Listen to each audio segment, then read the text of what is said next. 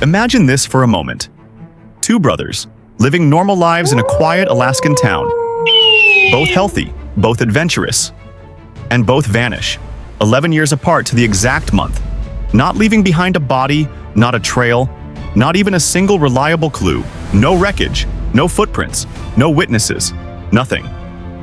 It's as if something in Alaska swallowed them whole. Welcome to a mystery so chilling that locals still whisper about it, the Palmer Curse. You're watching Mystery in the Dark, where we dive deep into the world's most unsettling, unsolved, and unbelievable true mysteries. If you're ready to step into the shadows, hit that subscribe button. Now, let's begin. The Palmer family lived in Wasilla, Alaska, a place where forests stretch endlessly, icy rivers hide deadly currents, and a single wrong turn can erase a person from existence.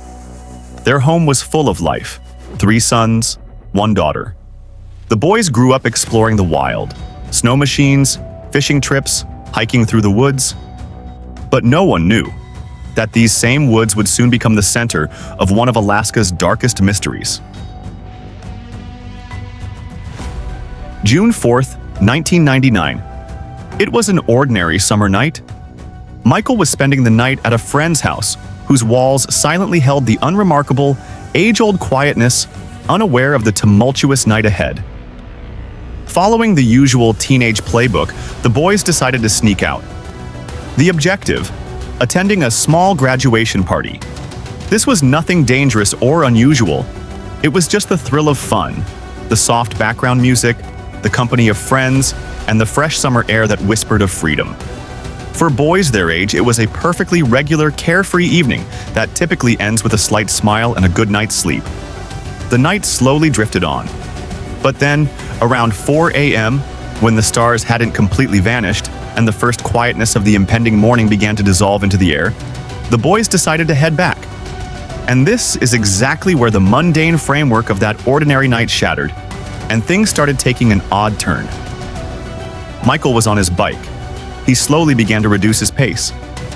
For a moment, he kept up with his friends, but then gradually began to fall behind. He didn't stop, but slowly, he disappeared into the heavy darkness. His friends assumed that perhaps Michael had taken a shortcut home to arrive faster, or taken another departing route. The thought that something could be wrong didn't cross their minds. But Michael never arrived home. The shortcut his friends envisioned became the path to his eternal distress. An ordinary night, an ordinary party, and then an ordinary disappearance. Hours later, the ordinary concern escalated into full-blown panic for Michael's family. The quiet morning that followed the party was brutally interrupted by the realization that he was truly missing. By the afternoon, the local state troopers were actively mobilized, and a full-scale search operation began, tracing the routes the boys had taken back home. Then came the first of several profoundly disturbing discoveries. 1. A bicycle was soon discovered submerged in the Little Susitna River. Initial hopes surged, only to be immediately dashed. The family took one look and confirmed it wasn't his. The bicycle recovered was completely foreign. It had different components, showed different signs of wear, and was in an overall different condition than Michael's. The finding felt less like a clue and more like a deliberate act, a misleading object, almost as if someone had planted it as a calculated distraction to shift the focus of the police search. 2.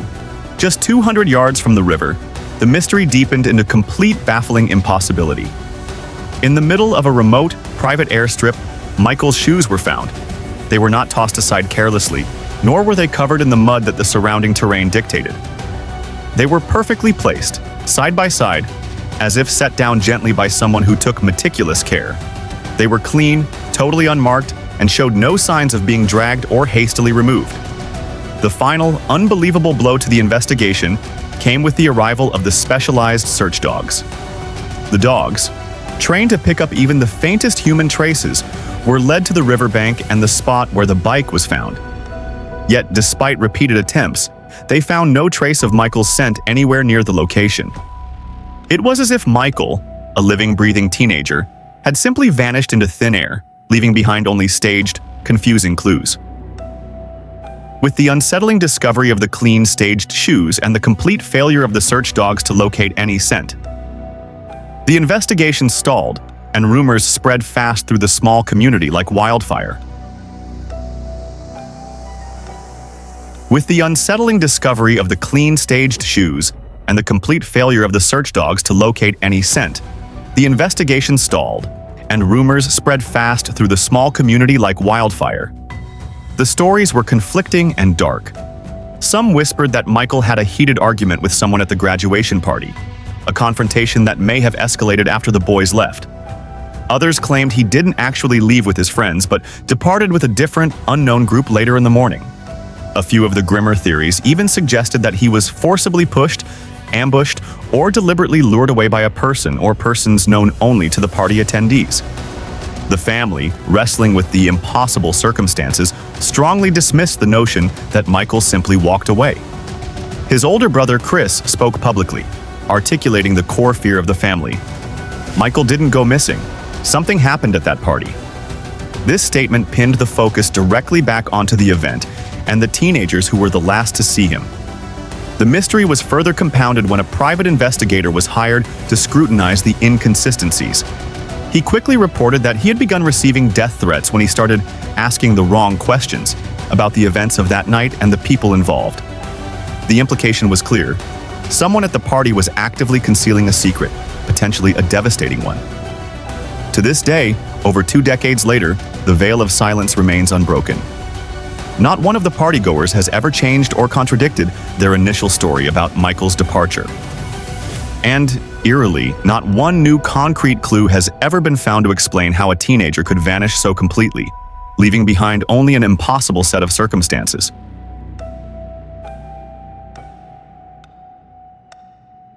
April 10th, 2010. The family's tragedy, which had lain dormant for nearly 11 years since Michael's disappearance, was horrifyingly revisited.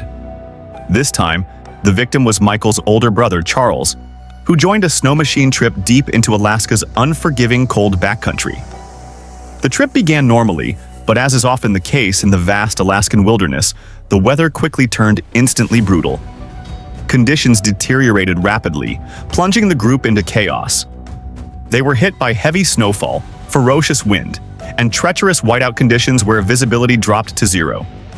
Charles was dangerously unprepared for such a sudden environmental shift. He was traversing one of the most remote and hostile environments on Earth, with almost nothing in terms of safety and survival. The list of what he lacked was a stark prophecy of disaster. No GPS for navigation, no survival gear, no food to sustain himself, no water, and, crucially, no extra clothes to combat the instant drop in temperature. This was the perfect setup for a tragic, isolating disaster. Then, disaster struck. At a critical juncture on the barely visible trail, Charles made a wrong turn.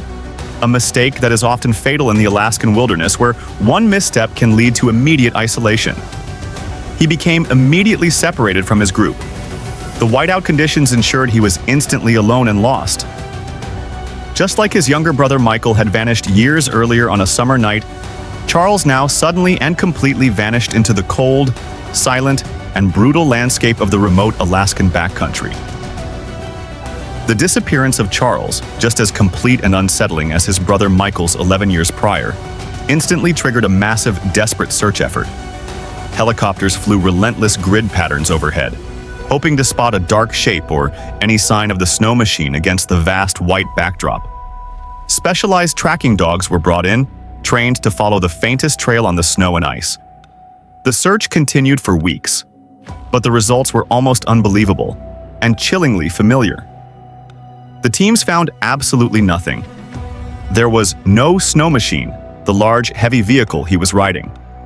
There were no footprints, even though the whiteout had subsided enough to allow for tracking.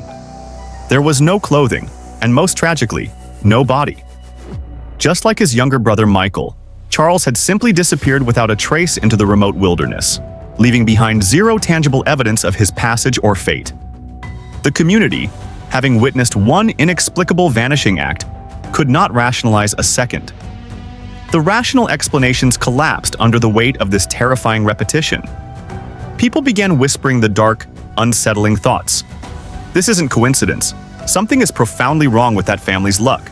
It's almost supernatural. Two brothers, 11 years apart, both gone completely into thin air. The disappearances became linked by a single, terrifying constant: the absolute and unexplained absence of a body or a single physical clue.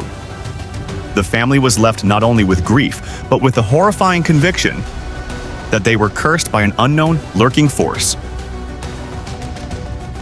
The disappearances, separated by a decade and contrasting dramatically, one on a bike in summer near civilization, the other on a snow machine in a winter wilderness, became linked by a single, terrifying constant: the absolute and unexplained absence of a body or a single physical clue. The family was left not only with grief, but with the horrifying conviction that they were cursed by an unknown lurking force. Here are the most chilling theories investigators, locals, and internet sleuths discuss. 1. Someone from the 1999 party knows the truth. Michael may have been harmed, and his body hidden so well that searchers never found him. Some believe Charles was targeted 11 years later by the same person. 2. A serial predator in the woods. Several disappearances occurred in the same region between 1997 to 2005. A predator, human or animal, may have been hunting isolated victims. 3. Human trafficking route. Rumor: Alaska's remote locations and low police presence have made it a known trafficking transit point. Some investigators believe Michael may have been abducted. 4. Alaska Triangle. Phenomenon: This area sits inside the legendary Alaska Triangle, where over 16,000 people have disappeared without explanation. Locals believe there are hidden crevasses, sudden sinkholes, and even strange magnetic anomalies that make people vanish. 5. The Palmer family curse theory. Some Alaska residents joke, half seriously, that the Palmer family was cursed. Two brothers disappearing in nearly identical, traceless ways is statistically impossible. But maybe this wasn't statistics. Maybe it was something darker. Michael and Charles's mother once said, "I don't care who is responsible, I just want my boys home." But decades have passed, and not a single answer has ever surfaced. Two brothers, two disappearances, zero evidence, a lifetime of questions. Some mysteries fade away with time. This one gets darker every year. Because if two brothers can vanish without a trace, then how many others have disappeared in those same woods, without anyone ever knowing? If you found this real-life mystery compelling, please show your support by liking, sharing, and subscribing to our channel, Mystery in the Dark, and let us know your thoughts in the comments below.